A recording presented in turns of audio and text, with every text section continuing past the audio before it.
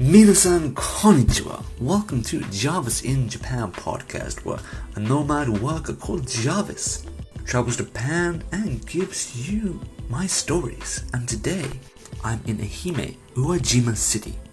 A very nice port town in EHime prefecture with a nice castle and a famous cow demon, Ushioni. And in today's episode, we're going to talk a little about this place, because it's quite interesting in Japanese history, because it's Date lived here. Yes, Date, not Date Misanami, but another Date family lived here. So I want to talk a little bit about that, the castle, and a little bit about Japanese history. So enjoy. But before we start, gotta say, I made a mistake last episode, so we're going to correct that mistake. That was in the last episode, it's the last two episodes. I got the name of Yatahama. Yes, Yawatahamashi, Yawatahama City. I called it Hachiman Hamashi. Because the kanji is exactly the same, but it's got a different pronunciation, and I didn't realize that. So I'm going to correct that now. And say sorry if anyone listened to this and got it wrong. So let's start today's episode. Enjoy. So today I'm in Uwajima City, what's in EHime prefecture. And on the eastern coastline, it's the last stop on the JR line. What if you take the rapid train for Matsuyama Station, will take about 2 hours. And the train's quite special, because it's Anpan Man. If you don't know what Anpan Man is, or what Anpan is a form of Japanese bread. So they got bread, and inside you have bean paste, and it tastes really good. And there's a kid's like superhero, Anpan Man, who's basically a big roll of bread with legs and body, and he goes around punching people. And punch! So yeah, and there's a train about, which is now dedicated to Anpan Man. So that's a little bit about Japan.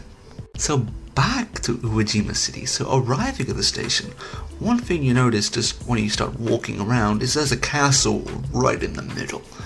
Overlooks the entire city, much like Hikokune City in Shiga Prefecture.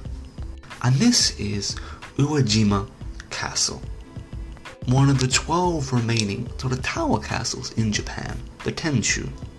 And what's cool about this one, it was one of the few castles, but when Japan ended the Edo period in a state of peace after lots of war, it got stayed all along. A lot of castles got destroyed then. They're like, no, we can't have so many castles. Give these warlords, they can't have castles anymore because they might do war. That's bad. They need to be peaceful. Let's get rid of their castles. But Uwajima Castle survived and kind of got rebuilt several times. Though it got destroyed in the war, World War II, it got rebuilt quickly after and still stands today. And just taking a walk to this castle, you can already understand that it's literally on top of a hill, like a small southern hill. I'm not sure if it's an artificial hill or not, but it's a quite steep walk up. So when you get to the castle, it's about 20 minutes walk from the station. There's a lot of steps, and they're like the old style steps from Japanese castles. So there's a lot of history going up there. Like, you're walking on the same steps the lords, the daimyo would have walked up on. Well, it's quite cool. And getting at the top, you realise like why you'd want to build a castle on this top of this hill. The view around is extremely commanding. You can see the bay, the mountains, anyone coming in and out. And well, it's also got some sakura trees on the top. So if you come early April and the end of May, you may get a chance for a hanabi. Ooh. The castle itself is quite small. It's only a small one tower top. A 3-story castle. But it's very cheap to get in. Only 200 yen to get inside the main castle. Well, very nice and reasonable. And inside there's lots of samurai armor, about the history of the castle, about famous people from the area. And well, the views are amazing and worth just 200 yen, right? What's that? Coffee? You can have a coffee, or you can have great views of the surroundings, like memories, right? That's money. And one thing interesting I noticed when I was in the castle is the daimyo of this castle was Date. The Date family. If you don't know anything about Date, in Japanese history, Date Masamune is an extremely famous Japanese warlord from the Warring States period. He's the guy with like an eye patch, who like fought with 2 swords, and he became the lord of Sendai, what's northern Japan. So it's a bit odd. Why is there a date here? Like, he's in Sendai, right? Because it's actually not Date Masame. The Date Hidamori. So Hidamori is actually the legitimate son of Date Masamune.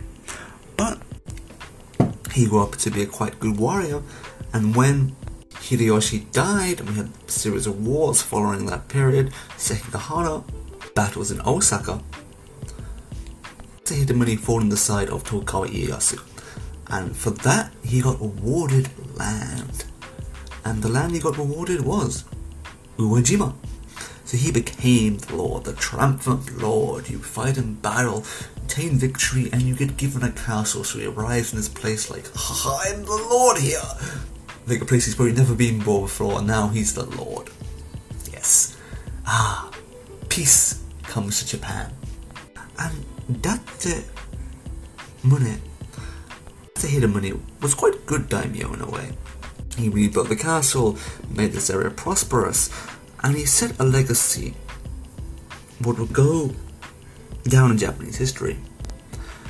Because quite a lot of the people, when Japan got out of the Edo period, when it was isolation and became more westernized in the Meiji period, the sort of revolution what happened, the Bakamatsu. Quite a lot of the key characters came from this area. And with some of the Western leaders, some of the Western traders coming to here, they realized the daimyo of here is probably one of the smartest one around, because they really valued Western culture and technology, and they were the place to have the first steamboats created in Japan. What kind of scared Admiral Perry when he came back to Japan and realized, oh crap, they've already got steamboats in like a few years, they've only just seen mine for a year, what? Scary. Because the samurai was smart. To learn a bit more about the samurai spots, check out some of my previous episodes I did on samurai education. So that means there's a lot of history here, and inside the castle grounds there's also a little museum dedicated to the, great individuals who came from this place. So if you understand Japanese, it's a nice little walk around to see quite a lot of people in Japanese history may know or originate from this place or have some connection to Uwajima. What's pretty cool. Another thing I noticed in Uwajima when walking around is Ushi Oni. So Ushi Oni is cow demon. There's a cow demon who lives in Uwajima. And you see this in like walking around the market area, the market street. There's lots of these cows ornaments around the city. Just everywhere, like illustrations everywhere. Because this is the very famous spiritual animal of this town. And once a year, in July the 22nd to 24th, they have a festival to this Ushi Oni, where they actually make giant cow demons and they ride around the city, and it's a pretty fun festival to attend to. So if you do come to Uwajima around this time, I would recommend you try and come for this festival. It looks pretty fun, and I aim to come back here for this festival. And now any trip to a seaside town in Japan is not complete without food, and one of the famous cuisines here is Thai meshi. Well, it's kind of a special type of sashimi. So Thai is a big red fish here in Japan, and it's not been had in sashimi. But Thai meshi is quite different in the way, before you eat it raw, you soak it in soy sauce and egg. And then you pour that on top of rice, and you eat it like a kaisen don, once sashimi on top of rice. So it's a quite different way of having sashimi, and it's supposedly, well, better way of eating it. Because there's some issues with eating raw fish all the time, could not be that good for your stomach, but if you put it in soy sauce for a while, soak it for a few minutes, it supposedly gets rid of the bad properties, and it's a good thing to eat. And like Ehime Prefecture, any place you go in here, you gotta try the local oranges, because oranges in Ehime are really good. So if you travel around Ehime, good pick up some oranges. So that's been my talk today about Uwajima. It's a nice little town, and if you visit Ehime and do travelling the JR line on this, I think it's a good little stop off. And you can take some boats to the islands around this area. There's a lot of small islands you can visit as well. So if you're planning a trip to Ehime, I recommend you come here. So that's going to end my talk today about Uwajima. And before we end today's episode, we're going to, and always I say, is I'm doing a funding campaign with my friend Milena to raise funds for girls' education in rural Nepal. If you're interested in that and would like to donate, please look at the links down below. Any donation would be much appreciated. And before we finish, if you like this podcast, like my contents, please subscribe and leave a comment anywhere you find it, especially if you're on iTunes. If you leave a comment there and show me your proof, if we meet, I will make you matcha tea. That is a promise. So, 皆さん、最後まで聞いてくれて本当にありがとうございました。じゃあね。